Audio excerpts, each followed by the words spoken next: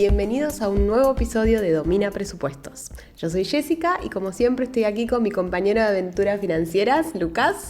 Hola a todos, ¿qué tal? Hoy vamos a hablar de un tema que nos encanta. Esperemos que se esté escuchando bien porque estamos atravesando algunas dificultades técnicas. Pero bueno, esperemos que el resultado final valga la pena y se escuche bien. Hoy vamos a hablar sobre el mundo de las inversiones. Muchos piensan que invertir es solo para los expertos o para quienes tienen miles de euros ahorrados, pero la verdad es que no es así. Totalmente. Invertir es algo que cualquiera puede empezar a hacer, siempre y cuando se tengan claro que hay riesgos involucrados. No es magia, pero es una de las mejores formas de hacer crecer tu dinero a largo plazo. Claro, porque a diferencia de ahorrar, que mantiene tu dinero seguro, pero lo deja expuesto a perder valor por la inflación, invertir te da la oportunidad de que tu capital crezca y trabaje para ti. Sí, y en el podcast anterior habíamos hablado justamente de la inflación. La idea básica de invertir es poner tu dinero en diferentes instrumentos financieros, esperando que con el tiempo ese dinero genere una rentabilidad. Pero ojo, no es un camino libre de baches, ¿verdad? No, para nada. Cada tipo de inversión tiene su propio nivel de riesgo, por eso es importante entender en qué está poniendo uno su dinero. No se trata solo de tirar el dinero y esperar a que crezca como una planta. Hay que estudiar un poco, hay que informarse bien y conocer el riesgo que estás dispuesto a asumir. Y hoy nos vamos a centrar justamente en eso. ¿Qué es la inversión? Entender los conceptos de riesgo, rentabilidad, liquidez y cómo el tiempo juega un papel importantísimo en esto. Así que sin más introducción, empecemos. Hablemos un poco sobre algo fundamental, la relación entre riesgo y rentabilidad. Sí, la rentabilidad o el retorno que esperás obtener por una inversión casi siempre va de la mano con el nivel de riesgo que estás dispuesto a asumir. Cuanto más riesgo estés dispuesto a tomar, mayor podría ser la recompensa, pero también el riesgo de perder aumenta. Claro, es un poco como cuando te subís a una montaña rusa, que las más intensas te ofrecen emociones más fuertes, pero también tenés más posibilidad de salir mareado. Y las inversiones son similares. Si invertís en algo con mucho riesgo, podrías tener grandes retornos, pero también podrías perder una parte importante de lo que invertiste. Por otro lado, si elegís inversiones con menos riesgo, la posibilidad de perder dinero es mucho menor, pero claro, la rentabilidad también baja. Entonces, todo esto consiste en un equilibrio constante entre el riesgo y el retorno. Y aquí es donde entra un concepto clave para todos los inversores, el famoso interés compuesto. Es una herramienta poderosa para poder hacer crecer tu inversión con el tiempo. Exacto. Hay dos tipos de interés, el simple y el compuesto. El interés simple lo mencionamos en el episodio anterior cuando hablábamos de depósitos y plazos fijos. En ese caso, el banco te devuelve tu dinero más el interés al final del periodo, pero ese interés no se reinvierte. El interés compuesto, en cambio, no solo se aplica sobre tu inversión inicial, sino también sobre los intereses que fuiste generando. Es decir, esos intereses se reinvierten automáticamente, haciendo que tu inversión crezca más rápido, como una bola de nieve que aumenta de tamaño con el tiempo. Es como magia. Por ejemplo, si inviertes 100 euros con un interés compuesto del 5% anual, al final del primer año tendrás 105 euros. Pero al segundo año, el 5% no se aplicará solamente a esos 100 euros iniciales, sino a los 105 que ya se acumularon del año anterior. Y así sigue creciendo. Por eso se dice que el interés compuesto es el milagro de las inversiones. Cuanto antes empezás, más tiempo tenés tu dinero para crecer y beneficiarte de este efecto. Mientras que con el interés simple, si inviertes esos mismos 100 euros a un 5% cada año, obtendrías solo 5 euros extra, sin importar cuánto tiempo pase. Pero a veces es lo que ofrecen productos más conservadores. Exacto, claro. Entonces, cuanto más largo sea el plazo de inversión y más alto sea el interés compuesto, mayor serán las ganancias.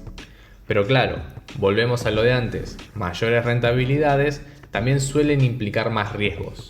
Por eso es importante encontrar el equilibrio que mejor se ajuste a tu perfil de inversor. Y ya que hablamos del interés compuesto y los plazos temporales, esto nos lleva a otro factor clave en las inversiones, el horizonte temporal.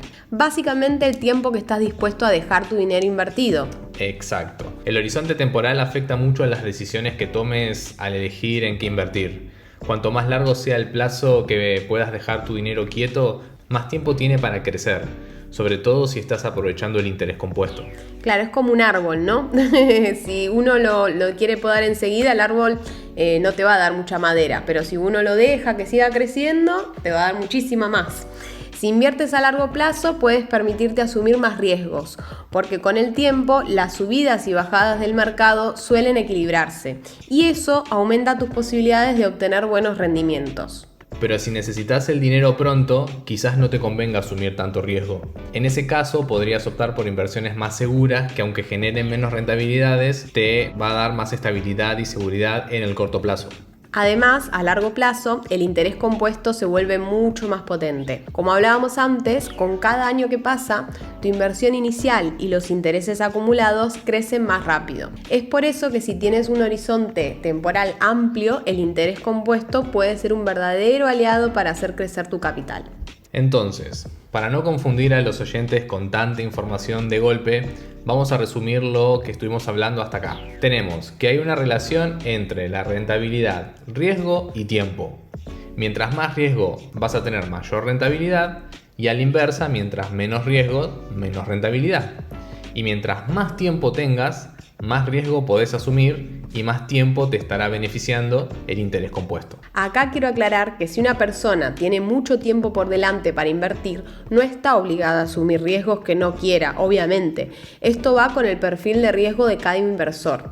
Se puede tener mucho tiempo por delante y no querer asumir nada de riesgo. Claro, el tema del riesgo y el tiempo es muy relativo. Y como bien decís, depende de cada uno. Por eso en inversiones hablamos mucho de los objetivos de inversión para determinar el riesgo y el tiempo. Básicamente los objetivos de inversión son las metas que te planteas cuando decidís invertir. La pregunta que uno tiene que definir es ¿para qué quiero invertir? ¿Quiero ahorrar para la jubilación, la pensión dentro de 30 años? ¿O estoy pensando en algo más a corto plazo, como un pago inicial para comprarme una casa en 5 años o cambiar un vehículo? Es como el tema de hacer presupuestos, ¿no? Que hablábamos sobre tener metas fijas, es exactamente lo mismo. Si uno no tiene metas claras, es muy difícil después. Si tu objetivo es a largo plazo, podrías permitirte asumir más riesgos al principio. Con el tiempo, a medida que te acercás a la meta, podés ir reduciendo el riesgo, moviendo el dinero que tenías hacia inversiones más estables, pero si tu objetivo es más cercano, probablemente prefieras algo más conservador, donde el riesgo de perder el capital sea menor, aunque eso signifique obtener menos rentabilidad. Justamente, sí. Si se fijan, al definir estos objetivos prácticamente van a estar respondiendo al tiempo, el riesgo y por ende a la rentabilidad esperada. Por eso los objetivos de inversión te permiten tomar decisiones más estratégicas y en general evitan que te lances a cualquier tipo de inversión sin un plan claro. Además, tener en mente estos objetivos te ayudan a mantener la calma cuando los mercados están muy volátiles. Sabes que aunque las cosas fluctúen en el corto plazo, igual tenés tiempo para recuperarte si tu meta está a unos años de distancia. Y esto nos lleva a algo fundamental. No todas las inversiones son para todos los objetivos. Hay inversiones para el corto plazo, mediano y largo plazo. Y cada una tiene su propio balance de riesgo y rentabilidad. Claro, por eso es tan importante definir los objetivos desde el principio. ¿Qué querés lograr con tus inversiones? ¿Cuándo necesitas ese dinero? Dependiendo de las respuestas, se puede diseñar una estrategia de inversión que esté alineada con las metas y sobre todo con el nivel de comodidad que tengas frente a ese riesgo. Habiendo explicado todo esto, ahora podemos empezar a definir cuáles son los tipos de instrumentos financieros. Sí. ¿En qué podemos invertir? A grandes rasgos, cuando hablamos de inversiones, podemos agrupar los instrumentos financieros en 4 categorías: renta variable, renta fija, inmuebles y criptomonedas. Seguramente hay otros tipos, pero estos son los más importantes y comunes para la mayoría de los inversores. Exacto. Cada una de estas categorías tiene características y niveles de riesgo diferentes. Dependiendo de tus objetivos, tu perfil de riesgo, puedes elegir entre estos tipos de inversiones o incluso combinarlas para diversificar. Entonces, para entender mejor cómo funciona cada una, vamos a ir explicando qué significa invertir en cada una de estas categorías. Empecemos por la renta variable. Se le llama renta variable básicamente a las acciones. Y su nombre viene porque justamente varían las rentabilidades que ofrecen. Las acciones representan una pequeña parte del capital de una empresa, así que básicamente cuando compras una acción te convertís en propietario de una fracción de esa compañía. Y esto significa que si a la empresa le va bien, el valor de tus acciones puede aumentar, lo que te permite obtener beneficios a través del crecimiento del valor. Por ejemplo, si compras una acción por 10 euros y con el tiempo esa acción sube a 15, podrías venderla y ganar esos 5 euros de diferencia. Exacto. Además hay otro modo de obtener beneficios con las acciones, que es a través de los dividendos. Muchas empresas reparten parte de sus ganancias entre sus accionistas en forma de dividendos. Es como si te pagaran por ser socio de la empresa. Entonces, con las acciones puedes ganar dinero de dos formas: vendiendo la acción cuando subió el valor o manteniéndola y cobrando dividendos. Claro, y también hay que recordar que el valor de las acciones puede subir, pero también puede bajar. Las acciones son inversiones más volátiles que otros activos, así que hay que estar preparado para esas subidas y bajadas. En el corto plazo, el precio de las acciones puede fluctuar bastante, pero a largo plazo la norma es que tiendan a crecer. Sí, y ahí es donde entra en juego lo que decíamos antes del horizonte temporal y del perfil de riesgo. Si podés permitirte dejar tu dinero invertido durante varios años, las acciones pueden ser una buena opción para obtener una rentabilidad significativa. Pero si necesitas dinero pronto o no tolerás las fluctuaciones del mercado, quizás las acciones no sean lo ideal para ese perfil de riesgo. Además, hoy en día invertir en acciones es mucho más accesible que antes. A través de plataformas de inversión o aplicaciones, puedes comprar y vender acciones con comisiones bastante bajas. Eso sí, es importante investigar bien y tener en cuenta las características de cada empresa antes de invertir. Pero no me quiero adelantar porque ya vamos a hablar de todas las estrategias de inversión. Sí, exacto. Entonces, en resumen, las acciones son una forma de invertir en el crecimiento de una empresa con la posibilidad de obtener beneficios a través del aumento en el valor de la acción o en el pago de los dividendos. Pero como todo, tiene su nivel de riesgo y es importante conocer bien dónde estás invirtiendo. ¿Y por el lado de la renta fija? Bien, la renta fija es un tipo de inversión en el que el inversor presta dinero a una entidad, que puede ser un gobierno o una empresa, a cambio de recibir un interés fijo durante un periodo de tiempo determinado. Es decir, en lugar de ser dueño de una parte de la empresa como con las acciones, en la renta fija básicamente actúas como un prestamista. ¿Y cómo se gana dinero con esto? A través de lo que se llaman bonos o letras del tesoro. Cuando un gobierno o una empresa necesita financiación, emite bonos, que son una forma de deuda. El inversor compra ese bono, lo que significa que le estás prestando dinero a esa entidad, y a cambio se compromete a pagarte un interés fijo a lo largo del tiempo. De ahí el nombre de la renta fija, ya que el interés está estipulado en el bono y es inamovible. Cuando vence el bono, al final del plazo, te devuelven el capital inicial más el interés. Es similar al funcionamiento de los depósitos a plazo fijo, ¿no? Sí, exacto. Es muy similar, aunque no es exactamente igual, ya que durante el periodo de duración del bono te van pagando los intereses a través de cupones mientras dure el periodo del bono. Entonces los inversores no solo reciben el dinero final, sino que hay pagos como intermedios. Exactamente, sí. El cupón es el interés que recibís periódicamente, que puede ser mensual, trimestral, anual o dependiendo del bono. Por ejemplo, si compras un bono con un cupón de 5% anual, la entidad emisora te pagará el 5% del valor del bono cada año. Y al final del periodo, además de recibir esos pagos regulares, también te devuelven lo que se llama principal, que es el dinero que prestaste originalmente. Eso lo hace más atractivo para alguien que busca ingresos más constantes, ¿no? Exacto, esa es la gran ventaja. A diferencia de las acciones que pueden no generar ganancias hasta que las vendés o hasta que la empresa decida pagar dividendos, los bonos te aseguran esos pagos periódicos de cupones. Es ideal para inversores que prefieren ingresos predecibles y constantes como pueden ser los jubilados. ¿Y qué pasa si la entidad que emite el bono no puede pagarte los cupones? Ahí está. Bueno, ese es el riesgo de la renta fija. Si el gobierno o la empresa no puede cumplir con esos pagos, podrías perder tu inversión completamente. Por eso es importante elegir bonos de emisores confiables. Por ejemplo, los bonos emitidos por gobiernos suelen ser más seguros que las de empresas privadas, pero en consecuencia ofrecen menores cupones. Hay un sistema de rating para los bonos que mide la calidad crediticia de países y empresas, pero de eso vamos a hablar más en profundidad cuando le dediquemos un episodio a hablar concretamente de la renta fija, de los bonos y las letras del tesoro. Entiendo, suena como una buena opción para quienes quieran algo más estable que las acciones, pero con un riesgo que aún hay que evaluar. Efectivamente, sí. Y para terminar con la renta fija, digamos que la diferencia entre bonos y letras del tesoro es únicamente en sus vencimientos.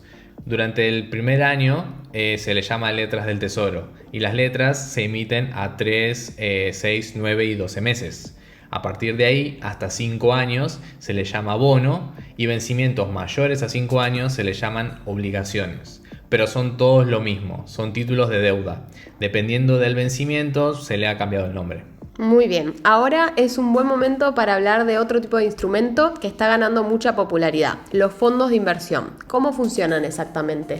Los fondos son vehículos de inversión que agrupan el dinero de muchos inversores para comprar una variedad de activos. Es decir, en lugar de comprar una sola acción de una empresa concreta o un bono de un país específico, estás invirtiendo en una canasta de empresas o países que pueden contener decenas o incluso cientos de activos diferentes. Y todo esto gestionado por profesionales financieros que se encargan de elegir en qué empresas o en qué países va a invertir ese fondo. Entonces tiene dos ventajas. Por un lado, se puede invertir en varios activos a la vez, reduciendo así el riesgo, y por el otro, se deja en manos de profesionales quienes deciden qué activos comprar y vender dentro del fondo, ¿no? Exactamente. Al distribuir tu inversión en varios activos, reducís el impacto que tendría si solo compraras uno y ese no fuera bien. Y también sabés que la gestión está en manos de profesionales, que ganan comisiones en la medida que el fondo va dando rentabilidad, así que tienen siempre un buen incentivo para que el fondo sea rentable. ¿Y existen muchos tipos de fondos? Existen muchos, así es. Hay diferentes tipos de fondos de inversión, incluso por temáticas. Es decir, un fondo que contiene las 500 empresas mejores valoradas de Estados Unidos. Entonces, invirtiendo en ese fondo, sabes que estás comprando acciones de las 500 mejores empresas valoradas de Estados Unidos. Hay fondos por sectores como el tecnológico o que invierten únicamente en empresas socialmente responsables, con políticas que respetan el medio ambiente. Hay fondos que se enfocan en temas como la inteligencia artificial, la salud, el cambio climático o incluso aquellos que se centran en empresas emergentes en mercados en desarrollo. Es decir, hay muchísimos fondos que se aplican prácticamente a todos los gustos. Esto permite que los inversores alineen sus carteras no solo con sus objetivos financieros, sino también con sus valores personales. Además, en España, por ejemplo, los fondos de inversión tienen ventajas fiscales, así que son muy utilizados por los inversores. Muy bien, ahora que hemos hablado de los fondos y los instrumentos financieros, me gustaría tocar otro tema importante, la inversión en inmuebles. ¿Qué nos puedes contar sobre esto, Lucas? A ver, la inversión inmobiliaria es una alternativa muy popular a los activos financieros. Comprar propiedades puede ser una forma efectiva de diversificar tu cartera y generar ingresos. Una de las principales ventajas es la generación de una renta mensual. Al alquilar una propiedad podés recibir un flujo constante de efectivo, lo que puede ser especialmente atractivo para aquellos que buscan complementar ingresos. Además, las propiedades suelen apreciar su valor a lo largo del tiempo, lo que significa que podrías venderla en un futuro a un precio mayor al que pagaste. Además, otro beneficio es que los bienes raíces ofrecen protección contra la inflación.